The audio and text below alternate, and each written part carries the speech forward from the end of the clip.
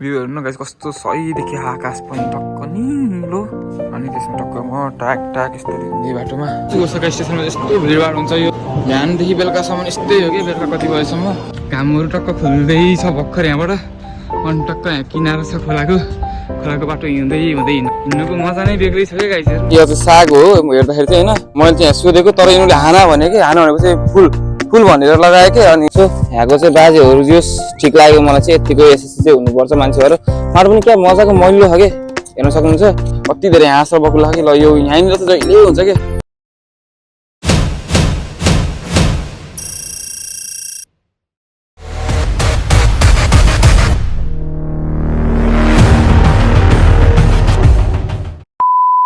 Guys welcome back to my new blog. So म फेरि पनि तपाईँहरूको माझमा आइपुगेको छु। तपाईँहरू सन्चै हुनुहुन्छ होला भन्ने आशका साथ आजको सुनौलो बिहानी चाहिँ नभनौँ सुनौलो दिनको सर न गाइस कस्तो सही देखियो आकाश पनि टक्क निलो अनि त्यसमा टक्क म टाक टाक यस्तरी हिँड्दै बाटोमा। सो त्यही नै हो आज चाहिँ म टक्क ओसाका जाँदैछु। ओसाकामा हल्का यस्तो सानो तिनो काम थियो। सो अब मेरो नयाँ नयाँ भिडियोहरू पनि बिस्तारै बिस्तारै आउँदै गर्छ। सो अहिले म चाहिँ टक्क स्टेसन आइपुगेको छु।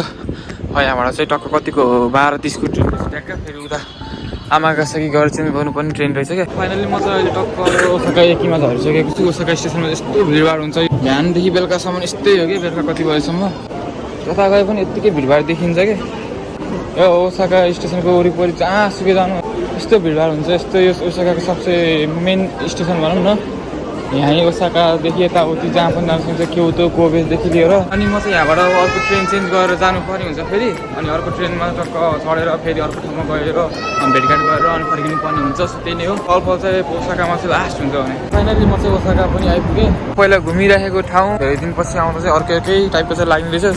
सो पहिला म पढेको पनि यहीँ नजिकै हो नियङ्गाको पढेको चाहिँ यतै यहाँ नजिकै पर्छ। फाइनली गाइस म चाहिँ नेक्स्ट डेमा आइसकेको छु।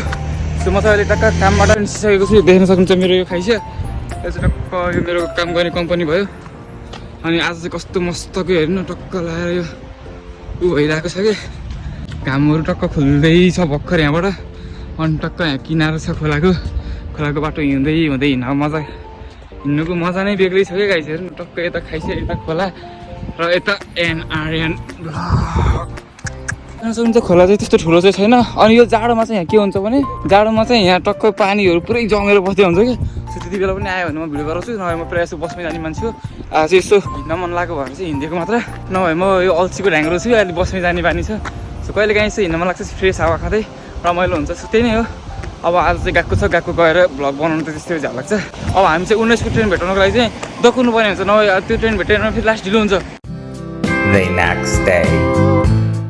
हेलो गाइज गुड मर्निङ सबैलाई फेरि पनि म अर्को दिनमा फेरि अर्को भिडियो बनाउँदै आएको छु। अनि आज चाहिँ म अलिकति माटो लिन जाँदैछु प्लास्टिकहरू लिएर है। माटो चाहिँ के को लागि भन्दाखेरि नेपालबाट अलिकति बिउहरू मगाएको छु। अलिकति ठाउँ छ स्पेस छ माटो ल्याएर राखेपछि टक्क त्यो बिउहरू आएपछि बिउहरू लगाउनु पर्छ। के को बिउ भन्दाखेरि सागको बिउ छ पछि अनि मैले धनियाँ अरू खोइ के हालिदिनुहुन्छ। अब सो नेपालबाट भाइहरू आउँदै हुनुहुन्छ सामानहरू आएपछि फेरि म त्यसमा तपाईँलाई देखाउने छु। मेरो घाँटी पनि अलिकति स्वर अर्कै निक्लिरहेको होला अलि मलाई रुगा पनि लागिरहेको छ हिजो अस्तिबाट। म चाहिँ अस्तिको ठाउँमा चाहिँ यहाँ सागहरू भनेको थिएँ नि उतिहरू अस्ति मैले जुम गरेर देखाउनु पर्ने यो चाहिँ साग हो हेर्दाखेरि चाहिँ होइन मैले चाहिँ यहाँ सोधेको तर यिनीहरूले हाना भने कि हाना भनेको चाहिँ फुल भनेर लगायो कि अनि मैले चाहिँ अब भने नेपालमा चाहिँ यसलाई खाने गरिन्छ यताउति भनेको तर यहाँ चाहिँ यो फुलको रूपमा चाहिँ लिन्छ भनेर भन्यो।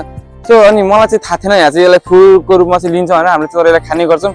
तर कुनै सुब्बाहरूमा यसलाई बेचेको पनि देखिरहेको हुन्छु तरकारीको रूपमा तर पनि यिनीहरूले यहाँ खानेकुरा होइन यो चाहिँ फुल हो भनेर लगायो। अब थुप्रो छ कि यसको बेर्नाहरू पनि है अब माउने कुरो पनि भएन फुल हो भनेपछि तर मलाई ऊ त्यहाँ बटु बाजेलाई चाहिँ सोधेर यहाँको माटोहरू चाहिँ मागेको थिएँ अलिकति माटो चाहिँ लिएर जान्छु भनेर।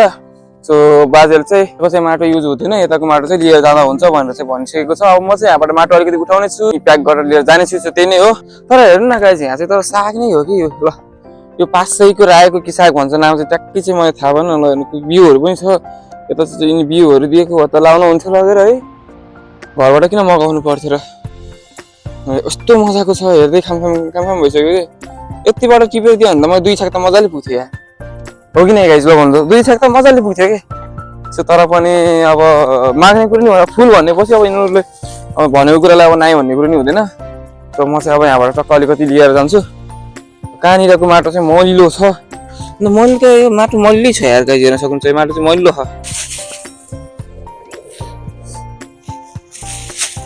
सो यहाँको चाहिँ बाजेहरू जस ठिक लाग्यो मलाई चाहिँ यतिको एसएससी चाहिँ हुनुपर्छ मान्छे भएर माटो पनि क्या मजाको मल्लो छ के हेर्न सक्नुहुन्छ सो म चाहिँ अब टक्कर 2टा प्लास्टिक उठाउँछु फेरि नपुगे अर्को दिन पनि आउँछु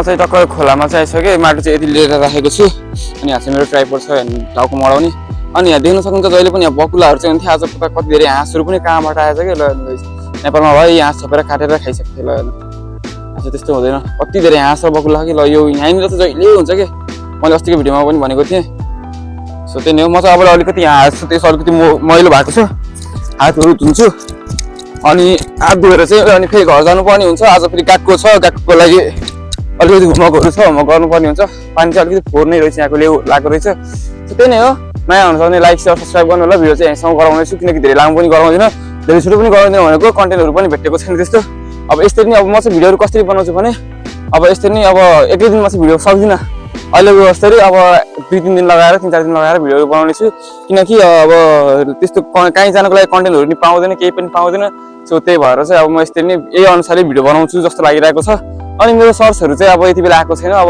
कन्टेन्टहरू पनि सोच्न अलिकति गाह्रो भएको छ किनकि मेरो त्यसैमा मात्र फोकस छैन अन्त यता काम खोज्नु छ मलाई हेन्डकेसहरू पाएको छैन मैले अब किनकि जापानमा हेन्डकेस पाउनु एकदम गाह्रो छ त्यही माथि म यो ओसाकाबाट अलिकति बाहिर निस्किसकेपछि झन् गाह्रो भएको छ मलाई चाहिँ सो जतिले पनि हेन्डकेस गरिराख्नु भएको छ मलाई सेवा गरिदिनु होला त्यसको लागि चाहिँ हार्दिक अनुरोध गर्दछु सो त्यही नै हो अब भिडियोलाई धेरै लामो पनि नबनाऊ सो नयाँ हुन्छ भने लाइक सेयर सब्सक्राइब गर्न चाहिँ नबिर्सिनु होला यस्तो माटो भएको छ त्यही नै हो